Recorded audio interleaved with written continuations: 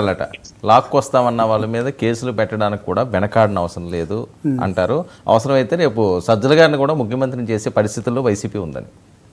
ఇప్పుడు వైసీపీ నుంచి బయటికి వెళ్ళిన తర్వాత ఆయన పార్టీ బీజేపీ సిద్ధాంతం, బీజేపీ ఆలోచన విధానం చెప్పుకుంటే బాగుంటుంది. కానీ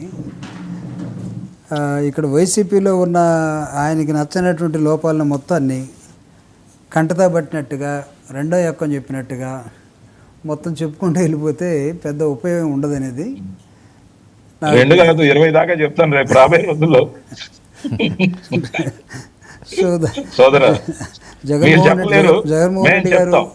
జగన్మోహన్ రెడ్డి గారు మంగళవారం వస్తారు, ఫ్రైడే వెళ్ళిపోతారు. ఆయన వచ్చినప్పుడు ఒక ప్రోగ్రాం కావాలి కాబట్టి ఖచ్చితంగా కావాలి. దానిలో మొహమాటం ఏముంది? అవును, నాయకుడు వచ్చినప్పుడు ఖచ్చితంగా పార్టీ అన్న తర్వాత పార్టీ ఒక ప్రోగ్రామ్ని కండక్ట్ చేస్తుంది. ఆ కండక్ట్ చేసే క్రమంలో చాలా తెలివిగా రవిచంద్రారెడ్డి గారు, చందు సాంబశివరావు గారు జరిగినటువంటి ఇన్సిడెంట్ని ఖండించారు. ఈయన స్కూల్ టీచరు ఏదో ఒక బెత్తం తీసుకోనో లేకపోతే బొగ్గ మీద గిల్లినట్టుగా గిల్లితే ఏముంది, అందరూ చూసి దాన్ని ఇదే ఇస్తారు కదా, భయపడతారు. కానీ అసలు జరిగినటువంటి ఘటన ఏంటి, అంత ఈజీగా దాన్ని తీసేయటం ఏంటి?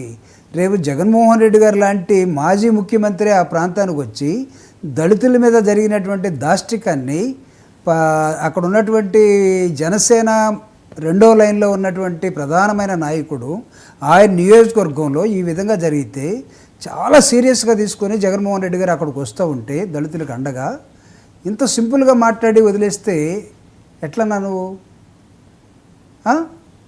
ఇది అసలు తగునా నీకు? సీనియర్ నాయకుడుగా నీకున్నటువంటి అనుభవం ఏం చెప్తుంది? చాలా నేర్చుకోవాలని చెప్పాలి కదా. అసలు ఇది తప్పు. ఎవడు ఈ పోలీసు వాడు?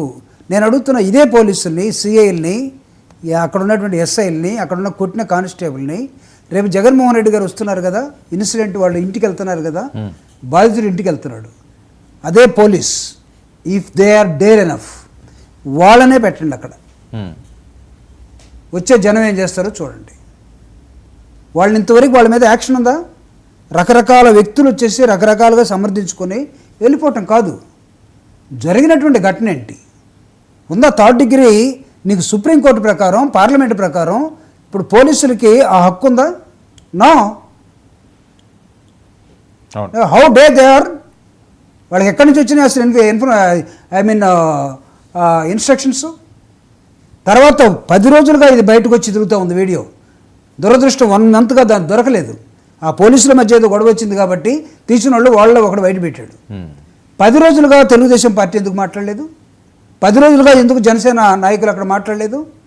జస్ట్ లైక్ దట్ మానవ హక్కులు కానీ వాళ్ళ మీద జరిగినట్టు నాకు తెలిసి ఒక కుర్రోడికి వాడు మోటార్ సైకిల్ నుంచి పడి వాడికి కాళ్ళు చేతులు రాడ్లు వేసి ఉన్నాయట. వాడిని ఆ విధంగా కొడితే వాడు దేనికన్నా జీవితంలో పనికొస్తాడా? 3rd డిగ్రీని సమర్థించే విధానం ఇదా? చందు సాంబశివరావు గారు చెప్పారు, ఖండిస్తున్నాం. ఆ మాట కూడా అనలేరా? తప్పును తప్పుగా ఒప్పుకోలేరా? నేను చెప్పాను, గతంలో జరిగినటువంటి దాడుల్లో ఈ ఫ్యూడల్ సొసైటీలో ఏ రాజకీయ పార్టీ ఉన్నా బలహీన వర్గాల మీద ఇలాంటి దాడులే జరుగుతాయని చెప్పాను నేను.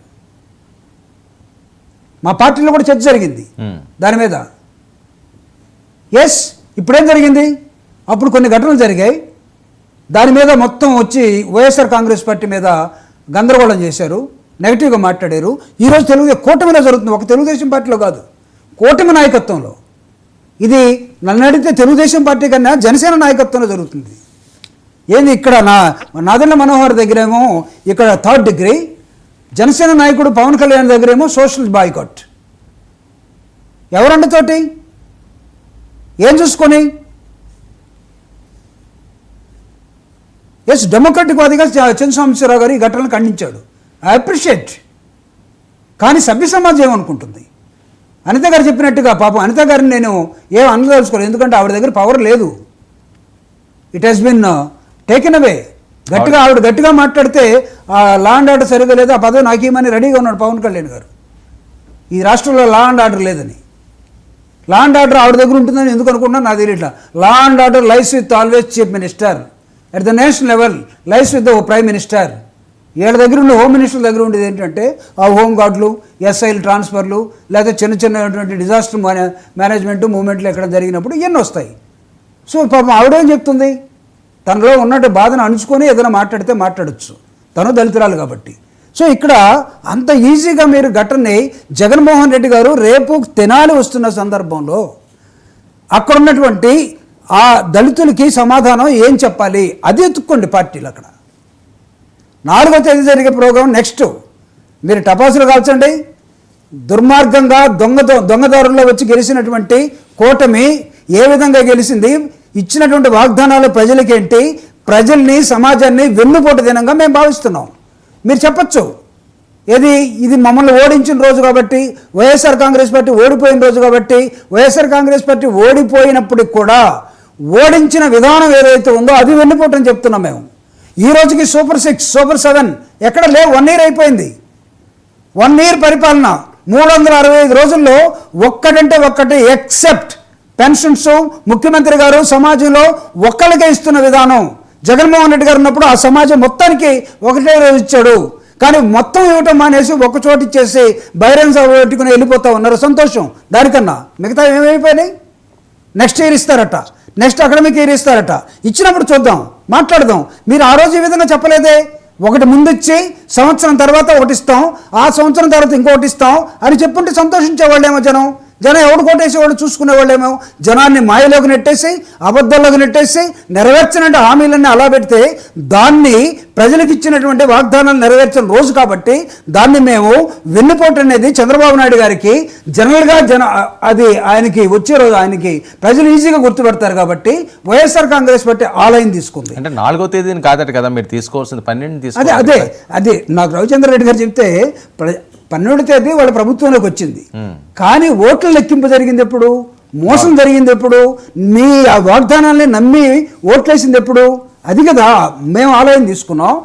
మీరు ప్రమాణ స్వీకారం చేసిన రోజుతో మాకే సంబంధం. దాన్ని మేము ఎట్లా అంటాం. మీరు సంతోషంతో చేసుకున్నారు, చేసుకోండి. ప్రజలు మీకు ఆ గౌరవం ఇచ్చారు, తీసుకోండి. బట్ ప్రజల్ని అగౌరవపరిచి ఏ విధంగా గెలిచారో అది ఈవీఎమ్మా లేకపోతే ఇంకొకట అబద్ధాల ఇవన్నీ కూడా జరిగిన రోజుని దీన్ని మేము కూటమి దీనిగా తీసుకున్నాం. Yes, this is our explanation for 4th. దీని అయితే మీరు 4th ఎందుకు పెట్టారు? 12 సరే 12 కూడా పెడతారు.